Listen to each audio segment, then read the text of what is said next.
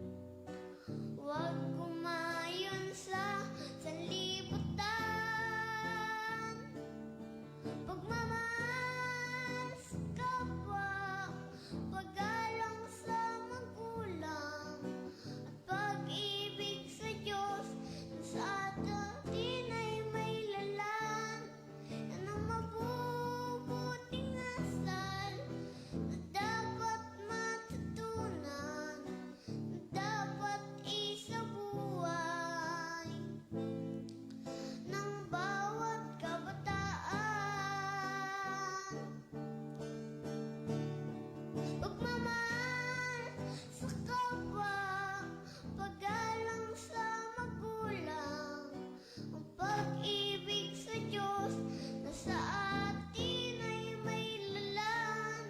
Yan ang mabubuting asal na dapat matutunan, na dapat isabuhay ng bawat kabataan.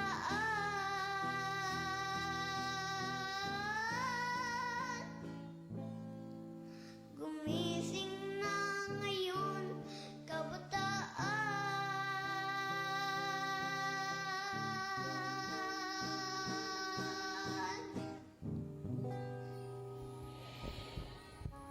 Ayan, at bago po tayo manalangin ay amin pong binabati si Ma'am Rena na nanonood ng atin pong Facebook Live. Ayan, Ma'am Rena, ikay mag-iingat sa iyong pag-uwi dito sa San Jose. Ayan, tayo po ay pansamantalang tumigil po sa ating mga ginagawa at tayo po ay pansamantaling manalangin. Tayo po ay manalangin. Amang banal, nagpupuri at nagpapasalamat po kami sa panibagong isang linggo na ipinagkaloob niyo po sa amin. Nawa po, Panginoon, sa panibagong isang linggo namin pong kakaharapin ang inyong pong pag-iingat, ang siyang patuloy naming maranasan. Panginoon, sa aming mga pang-araw-araw na gawain, kayo ang siyang gagabay sa amin at tutulong sa aming mga gawain, maging sa pag-aaral po man po ito ng mga estudyante at sa amin po mga kanya-kanya mga trabaho. Panginoon, sa mga oras po na ito, kami po ay lumalapit sa inyo, humihingi ng paggabay, humihingi ng makalangit na katalinuhan at pangunawa upang po sa gayon ang amin pong mga pag-aaralan ay amin pong maitanim sa aming mga puso't isipan upang sa gayon hindi lamang po namin gagamit sa aming pang-araw-araw, ngunit maibahagi rin po namin sa iba pa pong hindi makakarinig nito. At humihingi po kami Panginoon ng kapatawaran sa aming mga nagawang mga pagkukulang at pagkakasala, lihim man po ito hayag sa isip, sa salita at gawa. Maraming salamat Panginoon sa katiyakan na ang aming mga kahilingan na inyo pong diringgin sapagkat ang lahat pong ito ay aming hinihiling sa matamis na pangalan ng aming Panginoong Jesus. Amen. Ayan. At bago po tayo magpapatuloy sa atin pong talakayan, tayo po muna ay magdidiscuss ng 3 health tips. Ang una po ay back to God's design. Ayan.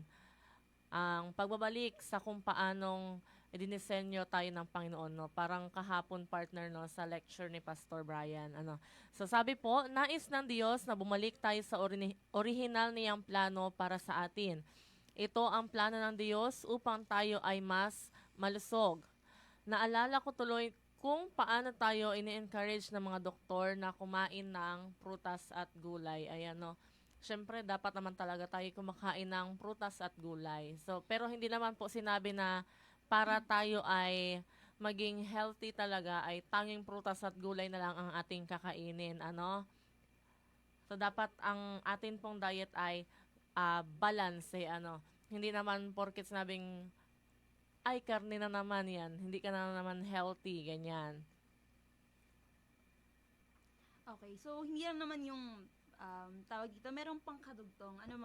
Meron pang kadugtong partner. Yung pinapaalala sa atin dito sa atin pong health tip number 2. Sabi dito, instruction concerning a change in diet. So, na-mention natin, partner, kanina yung tungkol sa pagkain ng gulay at ng prutas. At syempre, hindi nga lang dapat iisang uri ng prutas din talaga at iisang uri lang din ng vegetable yung kinakain natin. Maganda rin talaga na merong pagkakaiba o merong variety yung atin pong kinakain. At syempre, mahalaga na talagang balance ang ating pagkakain. Ang sabi dito, usually kasi may mga panahon talaga, partner, na madalas ay gustong-gusto talaga natin ang pagkain ng karne. At talaga na nga naman kasing masarap naman nga. Ang sabi po dito, isang maling kaisipan na ang lakas ay nakadepende lamang sa pagkain ng laman. Or usually yan yung mga meat. Na pagkain ng laman, yan yung mga karne na, especially yung mga matatabang karne, yung crunchy kapag prinito, like yung mga fried chicken, mga beef steak and so on and so forth. parang mas magana kasing kumain kapag ka talagang malasa yung atin pong pagkain.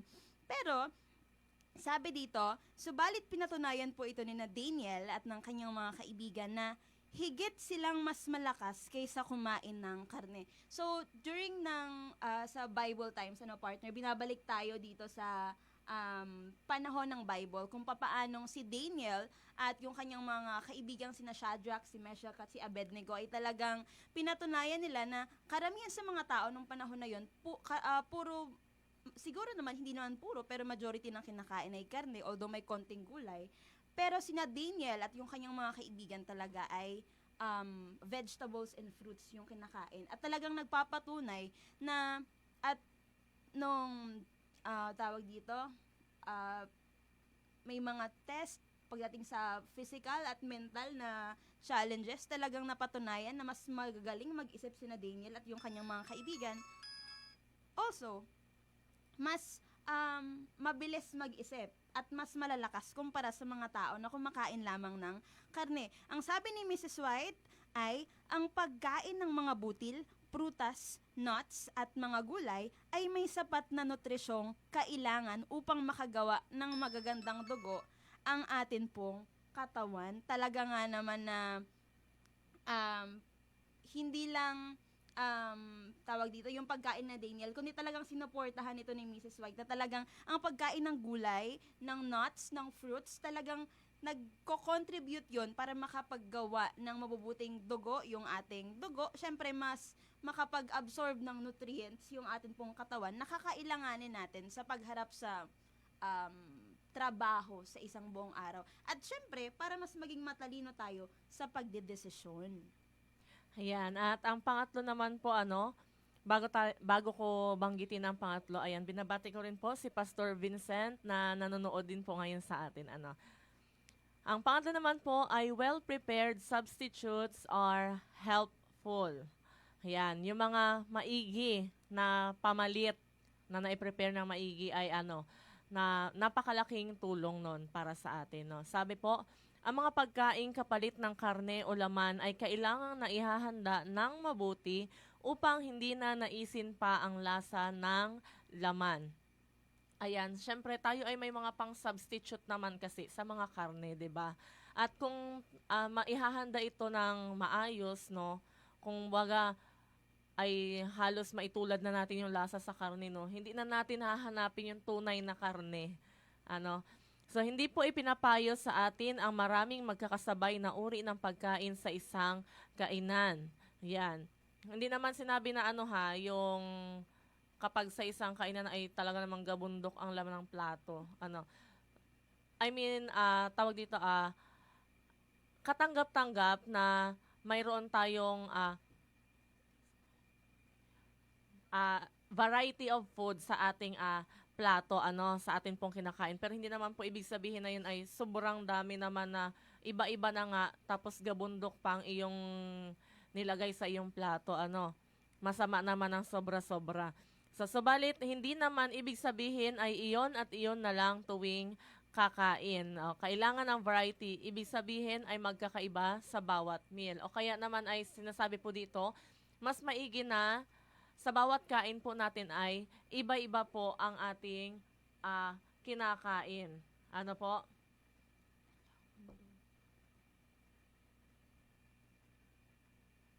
Tama, partner. Talagang iba-iba dapat talaga yung kinakain natin. Kasi nga naman, syempre, kapag iba-iba yung variety yung pagkain, yung gulay man yan, fruits man yan na kinakain natin, iba't iba din talaga kasi yung nutrients na papasok sa atin pong katawan na kailangan din talaga natin para sa, para sa isang buong araw na lakas at nutrients. So, ano pa nga ba, partner? Yung sinasabi na gabundok na pagkain, yung sobra-sobrang pagkain. Mahirap din kasi ngayon na isang parang sobrang dami ng food mo tapos isang kainan lahat yon. Ang tendency talaga nun ay overeating talaga ang kalalabasan. Also, mas marami tayong salt and sugar intakes kapag talagang marami yung kakainin natin na hindi na ma-handle ng atin pong katawan. Kaya mahalaga na moderation pa rin talaga dapat. Ayan, ulitin po natin yung 3 pong health tips. Una po ay back to God's design, no? Nais po ng Diyos na tayo ay bumalik sa kung paano niya po tayo idinisenyo, lalong higit po sa ating pong pagkain. Ang pangalawa naman po ay instruction concerning a change in diet, no? Sundin po natin kung ano yung mga pamantayan kung paano tayo maging malusog, ano po? At ang pangatlo po, well-prepared substitutes are helpful, no? Ang mga substitute, no, ang mga pagkain kapalit ng karne na naihanda na maayos ay malaking tulong para hindi na natin hanapin ang lasa ng tunay na laman. Ano po? Kaya nga may mga veggie meat talaga tayo. O, kaya tayo po ay may tinatawag na veggie meat. Ayan. At tayo po ay magpatuloy na po, ano? Tayo po ay nasa chapter 77 na po ng Messages to Young People. At ito po ay pinamagatang Prayer or Stronghold, no? Ang panalangin ng ating pinakamatibay na sandigan, no? Kumbaga ganun po, no? So, sabi po dito, amid the perils of these last days, the only safety of the youth lies in ever-increasing watchfulness and prayer, no? So, sa kabila po ng mga nararanasan natin itong mga nakaraan ano po, hindi lang naman itong mga nakaraang araw, nakaraang buwan, nakaraang taon, no, yung mga napapanood po natin, no, mga senyales po, no, na malapit nang magbalik ang ating pong Panginoon, ano. So, ayun po ay nakasalalay po sa atin, no, na nakadepende po yun sa atin pong pagiging prayerful, no. So, sabi, the youth who finds his joy in reading the Word of God and in the hour of prayer will be constantly refreshed by drops from the fountain of life, no? Ang isang tao, hindi na lang po natin sabihin na kabataan, no? Hindi naman para sa kabataan lang to. Para sa lahat naman po ito, ano? So, ang isang tao na nakakaramdam ng kaligayahan sa pagbabasa ng salita ng Diyos at sa oras ng panalangin ay palaging mare-refresh, no, sa bukal ng buhay, ano po. He will attain a height of moral excellence and a breadth of thought of which others cannot conceive, no. So tayo o kung sino man po na naliligayahan kapag nagbabasa ng salita ng Diyos, na laging nananalangin, no? Masaya kapag nagkakaroon ng communication sa ating Panginoon ay makakakuha ng ano po? Makakakuha ng moral excellence, no? At ang tinapay ng buhay na o yung kaalaman po na hindi basta-basta nakakuha ng iba, no? Kasi po ay tayo, 'di ba tayo nga po kapag tayo ay nananalangin, tayo ay humihiling ng makalangit na karunungan, ng kaalaman, ng pangunawa, ano po, no? Hindi naman po 'yan natin basta-basta nakukuha, no?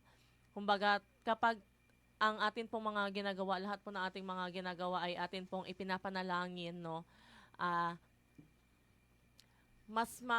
Mas better po yung natatanggap natin, no? Sabi pa po dito, communion with God encourages good thoughts, noble aspirations, clear perceptions of truth, and lofty purposes of action. So, ang pakikipag-communion po natin sa Panginoon, no, ay nakakapag-encourage po. Kumbaga, imbis na mga kung ano-ano yung mga naiisip natin, puro kabutihan yung napupunta sa atin pong kaisipan. Ano? Noble aspirations, mabuti rin yung mga naiisip natin, mabuti yung mga nilulook forward natin, no? Mas malinaw na pangunawa sa katotohanan at lofty purposes of action. Kumbaga, bago tayo gumawa ng isang bagay, ay naiisip na natin kung ano ba yung mga posible na maging epekto nito. Hindi lang basta, ay gagawin ko to, gagawin ko yan, ganon Hindi na natin iniisip ano magiging epekto nun sa atin. Hindi natin naisip kung ano magiging epekto sa iba. So, sabi pa po, those who thus connect themselves with God are acknowledged by Him as His sons and daughters. They are constantly reaching higher and still higher obtaining clearer views of God and of eternity until the Lord makes them the channels of light and wisdom to the world, no? So, Messages Young People, page 247, no?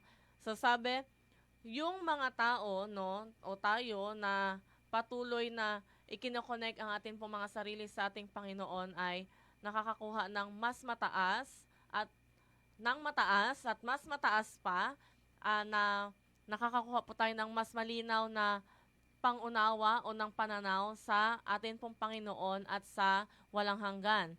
Na hanggang sa kung saan ang atin pong Panginoon ay tayo ay gagamitin na maging channel o instrumento para maging liwanag sa mundo. Ano? Tama, gano'n naman talaga, partner. Sa mundo na talagang napaka magulo, napakaraming pagsubok at hindi maintindihan ang nasa paligid at syempre sa dami ng krimen sa paligid talagang nakakatakot minsan. Ano po? At sabi nga dito sa point number 1 natin, kung talagang hindi tayo magiging watchful at prayerful ngayong panahon, hindi tayo makikipag-connect sa atin pong mahal na Panginoon, mahirap para sa atin na labanan yung temptation, yung tukso, at syempre yung pagsubok. Pero, pinapaalalahanan tayo na palaging mag-connect sa atin pong mahal na Panginoon sa pamamagitan ng prayer. At paano nga ba mag-pray? Sabi ito, how to pray. Sabi, but prayer is not understood As it should as be. it should be. So, our prayers are not to inform God of something that He does not know. So, usually kasi magpipray tayo kapag feeling natin, hindi pa alam ng Panginoon yung prayer natin. Kaya, parang magpipray tayo para ipaalam sa Panginoon na, Panginoon, ganito yung nafe-feel ko today. Panginoon, masama po yung loob ko. Panginoon, meron po akong nagawang kasalanan. Or, Panginoon, may hilingin po ako na something. Parang, ang nagiging labas natin minsan, nagpipray tayo para i-inform yung ating Panginoon sa isang bagay na bago pa natin sabihin sa Kanya, ay alam na alam niya. Ano nga po, di ba? The Lord is acquainted with the secrets of every soul. Our prayers need not to be long and loud. God reads the hidden thoughts. We may pray in secret, and He sees in secret, will hear, and will reward us openly. So, pwede naman na, not necessarily na kapag magpipray tayo sa ating mahal na Panginoon, palaging sobrang haba at napakalakas ng prayer para maiparinig natin sa kapitbahay natin, sa mga tao na nakapaligid sa atin. Sabi dito, pwede tayong mag-pray na silent prayer, nakausap yung atin pong mahal na Panginoon, kahit nakatago tayo sa closet natin at ang Panginoon lang at ikaw lang yung nag-uusap. Isa po yun sa talagang napaka-sincere na uri ng panalangin. Kasi ang mahal na Panginoon naman, kahit na hindi natin masabi lahat ng gusto nating sabihin doon sa prayer, pero nalalaman niya po ang pangangailangan ng ating puso. Hindi man natin yun masabi ng malakas at hindi man natin masabi at maiparinig man yun sa lahat ng tao sa paligid natin. Pero, ang mahal na Panginoon, bago pa natin sabihin lahat ng prayers natin, alam na po yan ng atin pong Panginoon. Nakikita niya po ang pangangailangan ng atin pong mga puso. We just have to be sincere at isubmit natin yung atin pong sarili sa Kanya sa oras ng panalangin. So, prayers that are referred to God to tell Him of our wretchedness when we do not feel wretched at all are the prayers of hypocrisy. Yan, sinasabi po pala dito mga kapatid, mga kaibigan, na kapag yung prayer na ino-offer natin sa ating mahal na Panginoon ay talagang pag sinabing wretchness, yung parang tawag dito, parang sobrang, tawag dito, partner? Nabasa ko to kanina yung parang degrade ka, parang sobrang lungkot na napapagdaanan mo.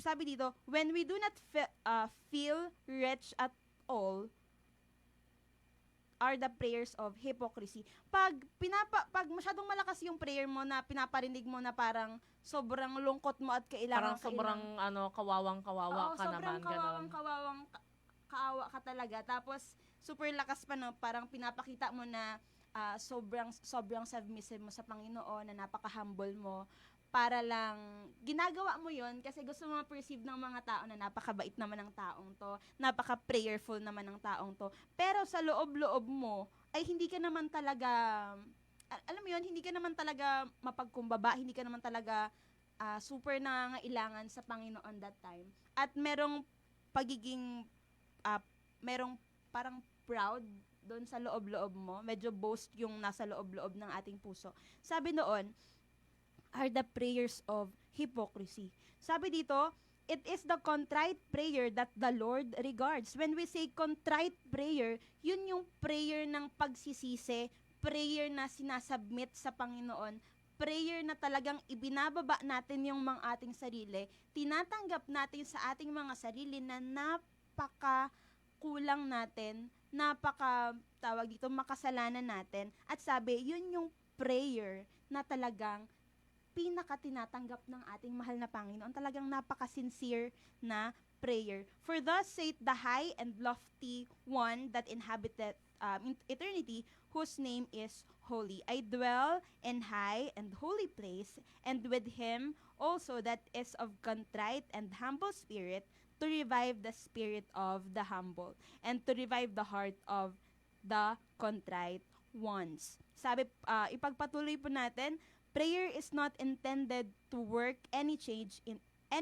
in God. It brings us into harmony with God. Usually kasi may mga pagkakataon po sa atin pong mga buhay no na nagpe-pray tayo at gusto natin na kung ano yung pinag-pray natin, yun yung sasagutin ng Panginoon. Para bang, Lord, ito yung gusto ko.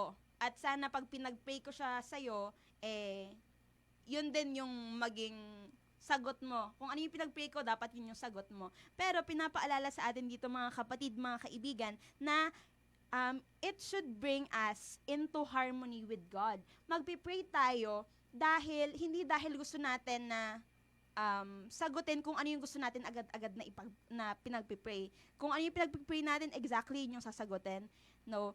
Pinapaalala nun sa atin na ipag-pray natin na ilagay sa ating mga puso na kung ito man yung kalooban ng Panginoon ay parang tanggapin natin ito kasi ito yung gusto ng ating mahal na Panginoon. I-put sa ating pong mga puso yung desire para i-accept yung plano niya dahil naiintindihan natin na palaging ang plano ng Panginoon sa ating buhay ay mas maganda kumpara sa atin pong mga plano lamang sa buhay.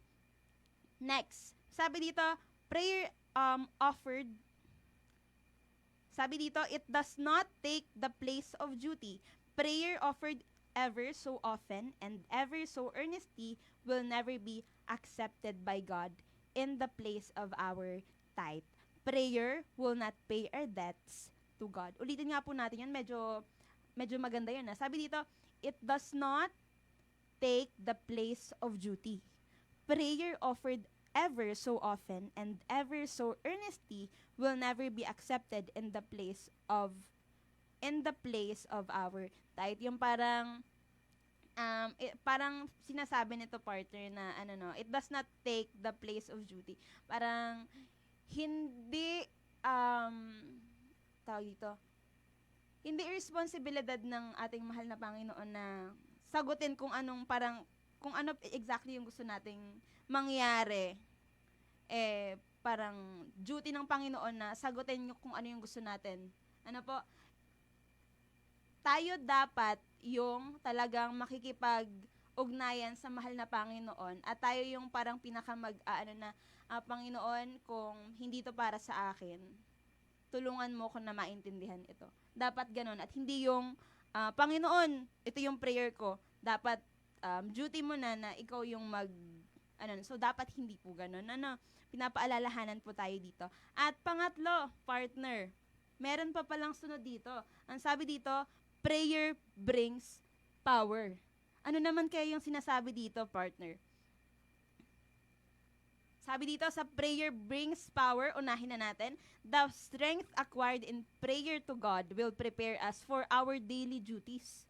Ayan. So, napakaganda, no? Kasi, ang tawag dito, napagod tayo kahapon. na-consume talaga yung ating pong pag-iisip, na stress tayo kahapon. At kailangan natin na ma-prepare ulit ngayong araw na to. Ano po, kailangan i-renew ulit natin yung atin pong mga pag-iisip, yung atin pong lakas. Saan po? Siyempre, sa atin pong mahal na Panginoon. At kailangan natin ng connection sa Kanya sa pamamagitan ng prayer. Sabi dito, the prayer will prepare us for our daily duties. And the temptations to which we are daily exposed make a prayer a necessity. Siyempre, every minute, every second ng ating buhay, napakaraming temptation. At hindi natin nakikita yung kaaway natin. At kung ikukumpara sa atin, mas malakas yung atin pong kaaway. Kaya, kailangan na pumunta tayo, lumapit tayo doon sa mas malakas sa kaaway, walang iba kundi ang ating mahal na Panginoon. And we need to connect with Him sa pamamagitan ng panalangin para ma-overcome ang temptation na yon sa pamamagitan ng atin pong Panginoon. O kaya nga partner, dapat tayo ay paggising natin. Hindi pa nga natin na imumulat ang mata, kinakapa ng cellphone. Totoo. Kaya dapat po, tayo ay pagising pa lang po natin, ang unang-una po natin gagawin ay, tayo ay mananalangin, no? Siyempre, unang-una tayo ay magpapasalamat na ginising ulit tayo, no? At ipapanalangin natin yung panibagong araw na kakaharapin natin. Totoo.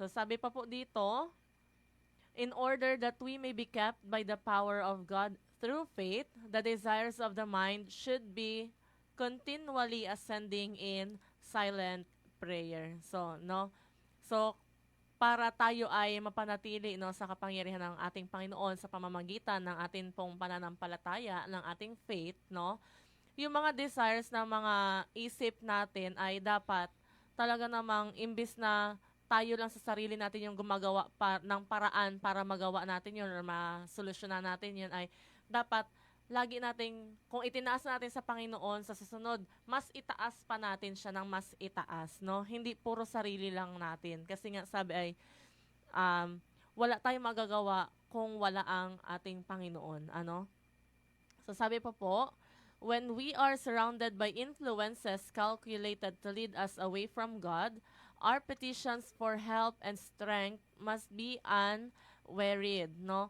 Kapag tayo ay napapalibutan ng mga impluwensya na kalkulado na yan ng kalaban, ng kaaway na alam niya talagang kapag nakuha natin yun or nagawa natin yung isang bagay yan, talagang mapapalayo tayo sa ating Panginoon, no? Ay dapat yung mga atin pong mas ilapit sa Panginoon na yung kalakasan, yung tulong ay dapat mas pag-igtingin sa atin, na dapat ay maging mas malakas tayo kaysa sa kaaway. Hindi naman na pag sinabing mas malakas sa kaaway ay yung pag nakita mo, ay kaaway ka pala, sige, mga ganon. So para hindi po tayo mapapalayo sa ating Panginoon. Kaya dapat tayo ay mas nagiging prayerful. Hindi yung kapag tayo ay may na-achieve, kung kailan lang tayo nangangailangan, doon lang tayo nananalangin. Sabi nga ay, lagi ko itong naririnig, dapat kung kailan ka may mga na-achieve, may mga achievements ka, dapat doon ka mas nagiging prayerful, na kapag nakuha mo na yung gusto mo, nasagutan ng Panginoon ang pinanalangin mo, ay makakalimutan mo nang magpasalamat, no? Actually, may naalala ko dun, partner. Kasi, minsan kasi kapag marami tayong na-receive na success sa buhay natin, achievement sa buhay natin, parang naitataas na natin yung sarili natin ba? At sa mga panahon na feeling natin, malakas tayo sa ating mga sarili, actually, yun yung mga panahon na napaka-vulnerable natin. Kasi itinataas na po natin yung ating mga sarili. Nakalimutan na natin na lahat ng merit na nararanasan natin sa buhay natin ay sa pamamagitan lamang. At nanggaling yun, syempre, sa atin pong mahal na Panginoon. At yun yung panahon na talagang kailangan dapat natin mas maging prayerful pa tayo, na tulungan tayo na ilagay sa ating mga puso ang isang mapagkumbabang puso, ang isang mapagkumbabang sarili, para ang maitaas at mag-glorify sa lahat ng success natin, hindi yung ating sarili, kundi ang Diyos na nagkaloob ng lahat ng bagay na ito. Ayan, sabi pa po dito, Unless this is so, we shall never be successful in breaking down pride and overcoming the power of temptation to sinful indulgences which keep us from the Savior, no? So yun nga po, no, kapag minsan kasi kapag nakakalimutan nga natin maging mapanalanginin, ano, o kaya nandun tayo sa point na yun nga sabi mo sobrang lakas natin, wala tayo masyadong problemang nararamdaman, ano, doon tayo mas napapalapit sa mga temptations. Doon tayo mas pinakang sobrang hina natin. Kumbaga sa atin sa sarili natin ay ang lakas-lakas ng pakiramdam natin, wala tayong nararamdamang mga problema, pero doon tayo pinaka mahina, no? Doon tayo pinaka susceptible sa mga temptation. Doon tayo pinaka sobrang konting temptation lang, konting pagkakamali ay mapapalayo tayo sa ating Panginoon. Ayan, the light of truth, sanctifying the life, will discover to the receiver the sinful passions of his heart, which are striving for the mastery, and which make it necessary for him to stretch every nerve and exert all his powers to resist Satan, that he may conquer through the merits of Christ. So, yun po ay sangayon sa The Youth's Instructor noong August 18, 1898, no? Messages to Young People, page 248. Pinapaalalahanan talaga tayo, partner, na palaging ituon ang ating mga mata, ang ating focus palagi sa mahal na Panginoon sa pamamagitan, syempre, ng atin pong prayer. Kasi hindi natin nakikita yung kaaway. Hindi natin, minsan, it goes unnoticed yung mga temptations, yung mga tukso na yan, ano? Hanggang sa hindi natin napapansin na lumalaki yung tukso na hindi natin napapansin. Feeling natin nung una kaya pa natin sa sarili natin. Hanggang sa lumaki yung mga temptations, hindi na natin napansin na to the point na naramdaman na natin na hindi na pala natin siya kaya at saka lang pala tayo. Dahil sobrang laki niya na at feeling natin hindi natin kaya, minsan saka na lang tayo lumalapit sa Panginoon sa pamamagitan ng prayer. Pero sabi palagi, ang kaaway ay parang isang leon na talagang, ang sabi doon, parang leon na humahanap ng masisila niya every minute, every second ng atin pong buhay. Kaya nga, napakahalaga mga kapatid, mga kaibigan, na ilapit natin, isubmit natin yung atin pong sarili sa Panginoon na siyang nakakakita at siyang nakakaalam ng kahinaan natin. Ang kaaway, alam niya po kung saan tayo mahina. At syempre, kung saan tayo mahina, doon niya tayo talagang titirahin. Doon niya talaga tayo itetempt. At kaya nga, dahil alam natin sa sarili natin na mahina tayo, spiritually talaga, lumapit tayo doon sa atin pong mahal na Panginoon na malakas. Ang sabi po ng Panginoon, na-conquer niya na yung mundong ito. So, saan tayo lalapit? Alam natin na dahil na-conquer na ng mahal na Panginoon ang mundong ito at ang kasalanan na napagdaanan dati, syempre, tayo na mahina, lalapit tayo, sigurado tayo na mapapanagumpayan natin lahat ng tukso, lahat ng pagsubok, dahil alam natin na yung Diyos na atin pong sinasampalatayanan at kasama sa lahat ng problema at temptation ng atin pong buhay, ay nanalo na dati pa. So, magda-doubt pa ba tayo, partner? Magda-doubt pa ba tayo doon sa Diyos na na-conquer na yung kasalanan at yung mundo at yung paghihirap dati pa? Magda-doubt pa ba tayo sa kabutihan at kagalingan, kapangyarihan ng atin pong Panginoon? So, ang bottom line dito ay palagi sa lahat ng panahon, ituon po natin ng atin pong isip, ang atin pong mga sarili sa atin pong Panginoon na siyang talagang tunay na aakay sa atin hanggang sa langit na bayan. Kasi alam natin na makitid ang daan papunta ng langit, madilim ang daan, mahirap ang buhay, madaming krimen sa paligid, at nakakatakot daanan yung madilim na daan na yon. Pero kung iti-turn natin yung eyes natin straight sa source ng liwanag, walang iba kundi ang Panginoon. Siya yung magbibigay ng desire sa ating pong mga puso. Lalong higit ng pananampalataya para mas lalong kumapit sa atin pong mahal na Panginoon. At magsama-sama tayo balang araw doon sa dulo. Doon sa langit na bayan na talagang wala nang madilim na partner. Ayan.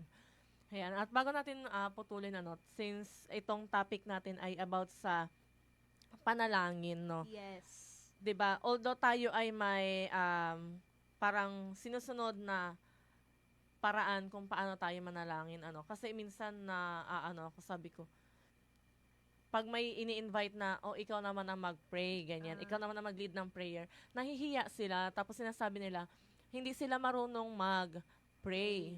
Ay di ba nga, ang prayer naman ay, although tayo may sinusunod na pattern, no, ang prayer ay pakikipag-usap sa atin pong Panginoon, sa ating Panginoon, no? Pakikipag-usap natin yan. So, kung ano yung nais mong sabihin, no? Ano yung mga nais mong hilingin, ano mga nais mong ipagpasalamat, no? Ay pwedeng-pwede mo siyang gawin. Hindi mo kailangan na may sinaulo kang panalangin na kailangan may kodigo ka pa bago ka manalangin, Totoo. Kaya, so yun, no? Sana yung mga nahihiya sa mga prayer, no, na mag-lead ng prayer, no, sa susunod ay hindi na kayo hihindi, At isa pa, partner, hindi mo naman kailangan na palaging nasa harapan ka ng pulpito para, 'di ba? Hindi naman yun yung requirement para mag-pray at makipag-usap sa Panginoon. Hindi mo kailangan maging teacher, hindi mo kailangan maging pastor para ikaw maging qualified para makipag-usap sa Panginoon. Kahit sino, ini-invite ng Panginoon para kausapin tayo. Kahit kung gusto natin magsumbong sa Panginoon, kung tayo yung mag-isa, no? Kapag sobrang bigat ng puso natin, doon nga gustong-gusto ng Panginoon na kausapin tayo. Kung puno tayo mga kapatid, mga kaibigan ng problema ngayon, sa lahat po ng nakikinig, kung sa mga panahon na to, wala tayong makausap pero gusto nating mag-share ng isang bagay pero natatakot tayong mag-share sa ibang tao kasi baka i-judge tayo, pwede po tayong magsumbong sa Panginoon sa pamamagitan ng prayer. And yung sincerity na nasa puso natin sa pakikipag-usap natin sa Kanya, makikita niya po yun. At ang parang mamaya-maya, parang ma-surprise ka na lang na ang gaan sa feeling kasi meron kang someone higher na nakausap at alam mo na hindi ka niya i-judge dahil lang sa nararamdaman mo ngayon. Kundi, mas lalo ka pa niyang mamahalin at lalong ipaparanas ng Panginoon sa'yo ang kanya pong pagmamahal. Napakaganda ng meron talagang connection tayo sa atin pong Panginoon sa pamamagitan ng panalangin. Ang saya kayang makipag-usap sa mga mahal mo sa buhay, sa phone, at personally. Kaya, yung isang, ang Panginoon naman ay hindi naman natin kailangan na ng load ng internet connection para makipag-usap sa Kanya. Totoo. Diba? Minsan nga kung saan pa yung libre, yun pa yung nakakalimutan natin. Meron namang libre. So, Jesus is one call away. So, kung gusto natin makipag-usap, free na free po. Ayan. At ayan po, natapos na naman po ang atin pong talakayan, Nawa po ay tayo ay may napulot na aral po, at ito ay hindi lang sa ating mga sarili natin magagamit, kundi ay maibahagi din natin sa ating mga kaibigan, mga kapamilya na alam nating hindi po napakinggan itong mensaheng ito ngayon. Ayan. At para po sa atin pong pagtatapos, tayo po ay manalangin. Ayan, mangunguna po sa atin si Ma'am Kat. Tayo po'y pansamantala na tumigil sa atin pong mga ginagawa at muli ay tayo makipag-usap sa atin pong mahal na Panginoon sa pamamagitan ng panalangin. Tayo po'y manalangin.